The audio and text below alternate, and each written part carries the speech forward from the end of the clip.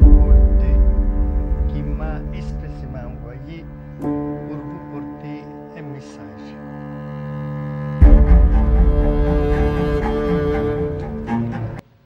Pada kali ini kita akan membahas perjalanan panjang Iran dari awal masuknya Islam hingga revolusi Iran di tahun 1979 yang menggulingkan Mohammad Reza Pahlavi.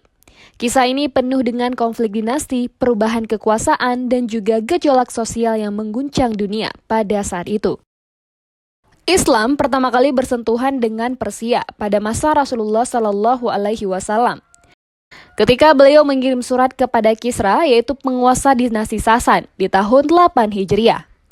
Namun, Islam benar-benar mulai masuk ke Persia pada masa Khalifah Umar bin Khattab melalui penaklukan Qadisiyah.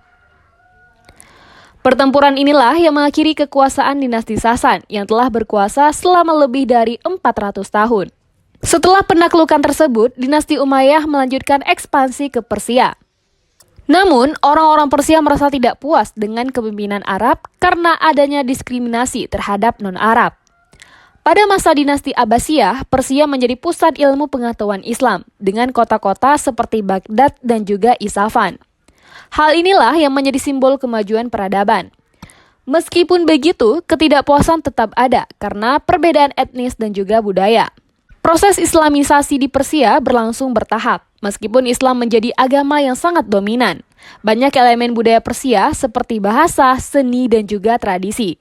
Hal ini tetap bertahan dan juga bahkan mempengaruhi peradaban Islam. Misalnya, bahasa Persia tetap digunakan dan menjadi bahasa sastra dan juga budaya yang sangat penting. Meskipun Persia ditaklukkan oleh Arab, budaya Persia justru memberikan pengaruh besar pada peradaban Islam. Misalnya, sistem administrasi dan juga birokrasi, Islam banyak mengadopsi model Persia. Selain itu, tokoh-tokoh intelektual Persia seperti Ibnu Sina dan juga Al-Khawarizmi memberikan kontribusi besar dalam bidang filsafat, kedokteran, dan juga matematika. Meskipun Islam yang pertama kali masuk ke Persia adalah Sunni, kecenderungan masyarakat Persia terhadap Syiah mulai muncul sejak awal. Hal ini disebabkan oleh ketidakpuasan terhadap pemerintahan Arab dan juga simpati terhadap keluarga Nabi, terutama setelah tragedi Karbala di tahun 680 Masehi. Pasca serangan Mongol di tahun 1258, Persia terpecah menjadi beberapa kerajaan kecil, hingga pada akhirnya dinasti Safawi muncul pada awal abad ke-16. Dinasti ini membawa perubahan besar dengan menjadikan Syiah sebagai mazhab resmi negara. Berbeda dengan mayoritas Sunni yang ada di dunia Islam. Inilah awal mula perbedaan identitas agama antara Iran dan juga negara-negara Muslim lainnya. Pada masa Safawi, Persia mencapai puncak kejayaan dalam budaya, ilmu pengetahuan, dan juga politik. Namun, setelah dinasti Safawi runtuh, Persia jatuh ke dalam kekacauan politik hingga munculnya dinasti Qajar, yaitu di tahun 1779. Dinasti Qajar memerintah hingga tahun 1925, tetapi mereka lemah dalam mengatasi konflik kesukuan dan juga intervensi asing, terutama dari Inggris dan juga Rusia. Kemudian muncullah dinasti yang baru, yaitu dinasti Pahlavi. Dinasti Pahlavi ini didirikan oleh Reza Shah, yang berhasil mengambil alih kekuasaan dengan bantuan militer. Ia pun menerapkan modernisasi besar-besaran dengan mengadopsi budaya barat dan juga menekan kekuasaan ulama. Iran kemudian mengalami kemajuan pesat dalam pendidikan, militer, ekonomi, dan juga infrastruktur. Pada masa ini, Iran menjadi salah satu negara terkaya di Timur Tengah berkat cadangan minyak yang melimpah. Kemudian Mohammad Reza Pahlavi melanjutkan ambisi ayahnya dengan Revolusi Putih pada tahun 1963 yang mencakup reformasi agraria, industrialisasi, dan juga pemberdayaan perempuan. Pada tahun 1970-an, Iran mencapai puncak kejayaan ekonominya dan menjadi sekutu utama Amerika Serikat di Timur Tengah. Dengan kekayaan minyak yang sangat luar biasa, Iran berhasil membangun infrastruktur modern dan juga militer yang kuat. Namun, modernisasi yang pesat menciptakan ketimpangan sosial. Rakyat merasa terasing dari pemimpinnya yang hidup dalam kemewahan. Hubungan erat dengan Amerika Serikat dan juga kebijakan yang pro-barat semakin membuat Syah dijauhi oleh rakyatnya sendiri.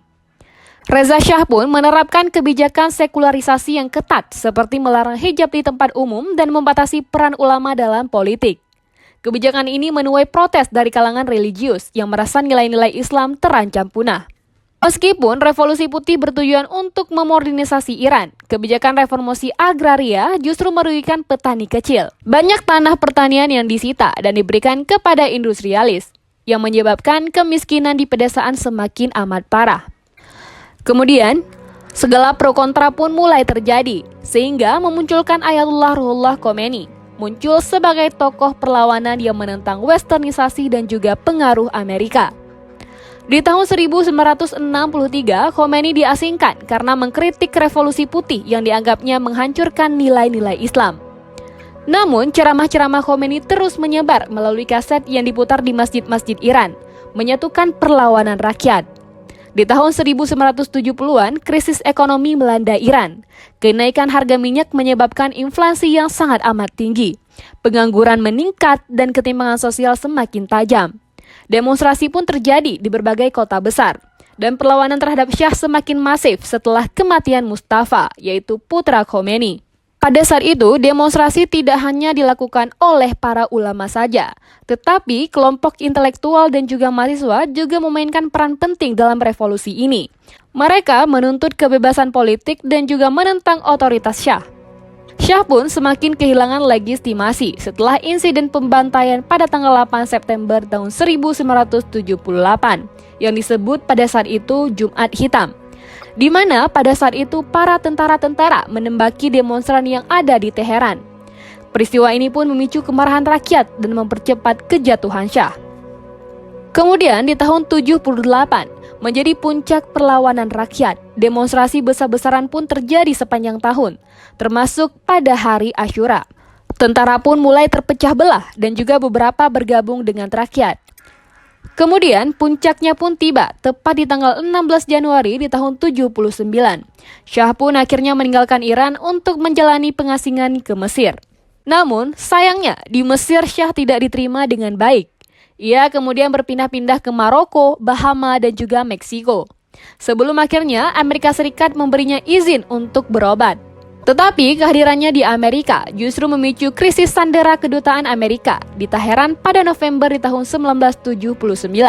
Singkat cerita, pada akhirnya Syah pun meninggal dalam kesepian di Kairo pada 27 Juli di tahun 1980. Berbicara tentang krisis sandera yang berlangsung selama 400 hari lebih, tidak hanya merusak hubungan Iran dan juga Amerika, tetapi juga menjadi simbol perlawanan Iran terhadap hegemoni Barat. Krisis ini juga mengangkat profil Khomeini sebagai pemimpin anti-Barat. Setelah kematian Syah, keluarganya terus hidup dalam pengasingan, termasuk putra mahkota terakhir, yaitu Reza Pahlavi II, yang kini tinggal di Amerika Serikat dan aktif dalam gerakan oposisi terhadap rezim Iran. Kemudian muncullah transformasi baru di Iran, tepatnya di tanggal 1 Februari di tahun 1979. Ayatullah Khomeini kembali ke Iran setelah 15 tahun di pengasingan dan disambut meriah oleh jutaan rakyat Iran. Euforia menyelimuti seluruh negeri. Khomeini dipandang sebagai pemimpin revolusi yang membawa harapan perubahan. Iran berubah menjadi Republik Islam dengan kekuasaan tertinggi di tangan ulama melalui sistem wilayat al-faqih. Namun, harapan akan kebebasan berubah menjadi kekecewaan. Rezim Khomeini pun memperlakukan hukum Islam yang ketat dan juga menekankan oposisi. Konflik politik dan juga sosial pun terjadi, termasuk eksekusi terhadap lawan politik. Sistem ini pun menempatkan ulama sebagai pemegang kekuasaan tertinggi, dengan Khomeini sebagai pemimpin tertinggi pertama. Namun, sistem ini juga menimbulkan kontroversi, baik di dalam maupun luar Iran, karena dianggap otoriter dan tidak demokratis. Setelah revolusi, Iran pun terlibat dalam perang panjang dengan Irak di bawah Saddam Hussein. Perang ini memperkuat sentimen nasionalis dan juga religius di Iran, tetapi juga menimbulkan kerugian besar baik secara ekonomi maupun manusia.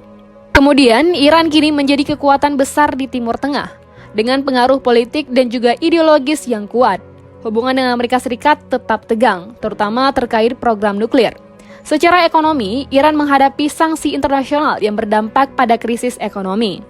Namun, Iran tetap bertahan dengan kekuatan militernya yang kuat dan pengaruh politik yang luas di kawasan Timur Tengah. Di dalam beberapa tahun terakhir ini pun, Iran mengalami gelombang protes, seperti pada tahun 2009 dan juga di tahun 2022 yang lalu. Hal ini menuntut reformasi politik dan juga ekonomi. Ini menunjukkan bahwa warisan revolusi di tahun 79 masih terus diperdebatkan di dalam negeri. Hal ini pun membuat Iran menjadi kekuatan regional yang penting, dengan pengaruh di negara-negara seperti Irak, Suriah, Lebanon, dan juga Yaman, melalui kelompok-kelompok seperti Hizbullah dan juga milisi Syiah lainnya. Program nuklir di Iran telah menjadi sumber ketegangan dengan Barat, terutama Amerika Serikat, meskipun ada upaya diplomasi seperti perjanjian nuklir di tahun 2015 yang lalu. Itulah kilas balik lengkap dari masuknya Islam ke Iran hingga jatuhnya Muhammad Reza Pahlavi dalam revolusi Iran di tahun 79, serta dampaknya bagi Iran hingga saat ini. Ini merupakan sebuah kisah penuh dinamika yang mengubah sejarah Iran dan juga Timur Tengah. Jangan lupa like dan juga share video ini untuk konten sejarah menarik lainnya. Sampai jumpa di video selanjutnya.